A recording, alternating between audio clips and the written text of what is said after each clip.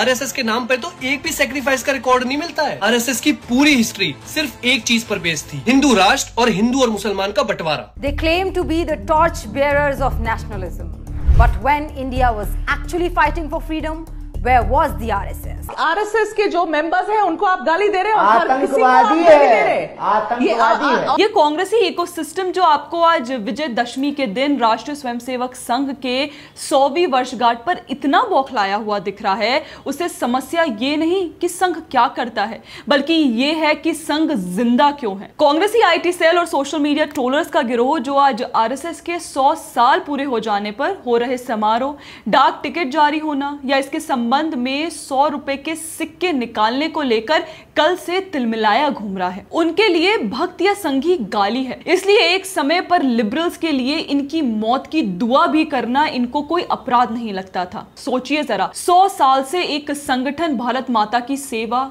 शिक्षा, समाज कार्य और आपदा प्रबंधन में अग्रणी भूमिका निभा रहा है, लेकिन वामपंथियों ने कैसे उन पर तंज कसना शुरू कर दिया। कांग्रेस का official Twitter social media account लिखता है कि आरएसएस के डीएनए में ही देशद्रोह है। फिर उनकी आईटी सेल प्रमुख सुप्रिया श्रीनेत लिखती हैं कि देश की आजादी के लिए तो कांग्रेस लड़ी थी, आरएसएस तो अंग्रेजों के समर्थन में थे। इसके अलावा सुप्रिया ने एक लंबे चौड़े पोस्ट में बिंदुओं के साथ प्रश्न किए कि आखिर क्यों आरएसएस का गुणगान करना चाहिए। बाकी कांग्रेस अध्यक्ष मल्लिकार्जुन खड़गे के सुपुत्र प्रियंक खड़गे भी इसी बौखलाहट में कूद पड़े और आरएसएस के 100 साल पूरे होने पर बीजेपी आरएसएस को anti patriotism, anti constitution, communalism और अथॉरिटेरियनिज्म करके अटैक करने लगे। साथ ही communist party of India Marxist के ऑफिशियल सोशल मीडिया हैंडल ने भी आरएसएस के समर्थन में रिलीज किए गए पोस्टेड स्टैम्प को लेकर स्टेटमेंट जारी करते हुए इस बात का खंडन किया। उनके नेता जॉन ब्रिटस ने भी इस बात को संविधान का अपमान बताया। इसी कड़ी में केरला के मुख्यमंत्री पिनराई विजयन ने भी आरएसएस के 100 साल पूरे होने के पर्व का खंडन किया